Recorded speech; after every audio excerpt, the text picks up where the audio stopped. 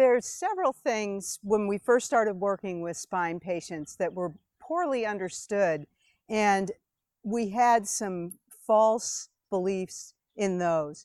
One was that if somebody ruptured a disc, that they had to remove it and often replace it to get the intervertebral height back.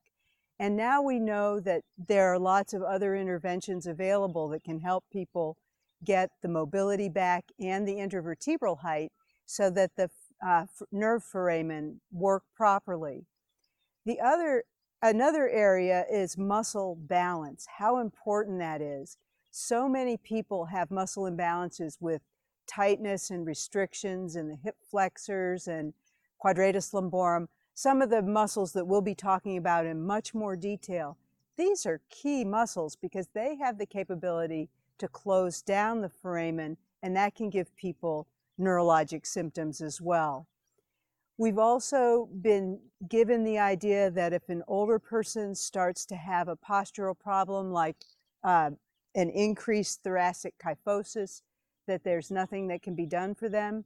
And that's been disproven several times over, that you can balance those postural muscles so you get the posterior muscles coming in and counteracting the pull forward that a lot of people experience. People feel that they can't make changes in their strength after a certain age, and that was also something that we would believe as well.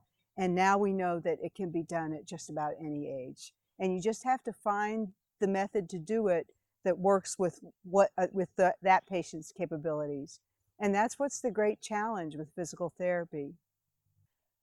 A primary motivation for doing this program is to have people think about working on active recovery with patients rather than on medicinal or pharmacological solutions for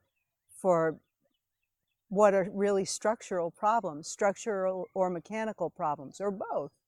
And there's so much that we can do.